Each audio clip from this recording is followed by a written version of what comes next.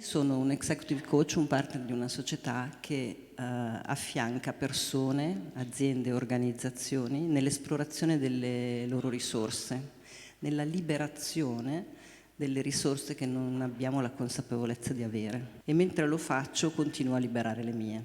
Qui c'è l'altra modalità di funzionamento del cervello. Il cervello umano funziona in due modi. Uno è quello che vi ho raccontato prima, in automatico, sugli schemi per risparmiare energia.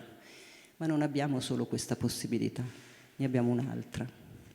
E l'altra possibilità è quella del funzionamento del cervello in stato creativo, così lo chiamano le neuroscienze, che integra tutte le informazioni. E questo lo avete provato tutti, non è una cosa che non conoscete, vi succede nella vita. Sei, respiri e sei.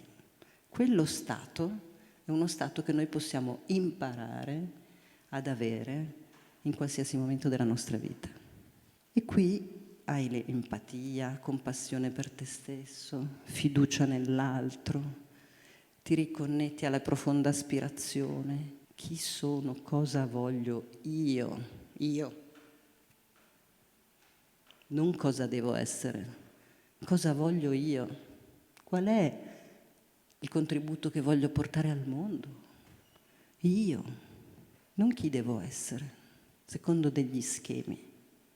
Questa capacità di creare questo spazio sarà la competenza chiave dei leader del futuro. Oggi, in un contesto di incertezza, evoluzione sempre più veloce, mancanza di punti di riferimento, non è la leadership di quello che sa quello che bisogna fare perché lo ha saputo prima, perché lo ha sperimentato. I leader di domani avranno bisogno di allargare la realtà il più possibile, includere tutti i pezzi di realtà che ciascun unico cervello, che è unico, ciascun cervello vede, per poter prendere la miglior soluzione. Ma se io sono in una posizione di dominazione e le persone si spengono, uno sono solo e posso contare solo su quello che so.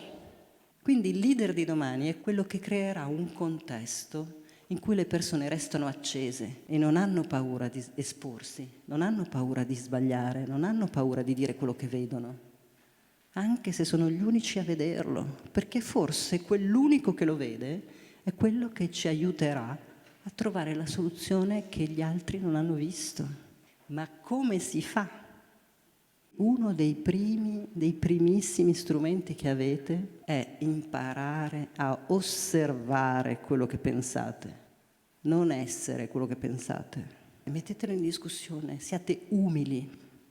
Non vediamo la realtà, la filtriamo con le lenti della nostra esperienza, della nostra cultura, dei nostri condizionamenti e la interpretiamo, però pensiamo di aver ragione. E se non prendiamo questa responsabilità, non usciremo mai dallo schema.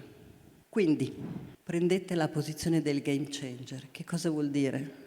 Vuol dire prendete quella posizione di messa in discussione delle regole del gioco. Discutete le regole del gioco, le vostre. Affinché non prendiamo responsabilità di in che modo contribuiamo a creare la vita che creiamo e che non è quella che vogliamo, continueremo a viverla. Non è quello che c'è fuori, è quello che c'è dentro. E questo è un grande potere, perché vuol dire che noi abbiamo il potere di sentirci come vogliamo sentirci e riconnetterci a quello che vogliamo davvero. È questo un punto fondamentale. Uso tutto quello che so, che ho vissuto, tutte le emozioni che ho vissuto, per leggere la realtà. Il problema è che non è che solo la leggo, agisco e reagisco sull'imprinting di questo, perché non ho accesso alla realtà, solo all'aspettativa che io ho della realtà. Quindi, fidatevi di voi. Fidatevi di voi, non di voi, di voi. Avete molte più risorse di quelle che potete vedere. Bisogna imparare ad andarle a prendere, fidarvi di voi, essere umili da un punto di vista di ciò che penso metterlo sempre in discussione, osservarlo, metterlo in discussione, confrontarsi. Non è una questione di cosa faccio, è una questione di in quale stato sto funzionando. Sto funzionando in uno stato, le neuroscienze lo chiamano reattivo, automatico, di schemi predefiniti, o sto funzionando in uno stato creativo dove posso accedere alle risorse intere di chi sono. Grazie mille.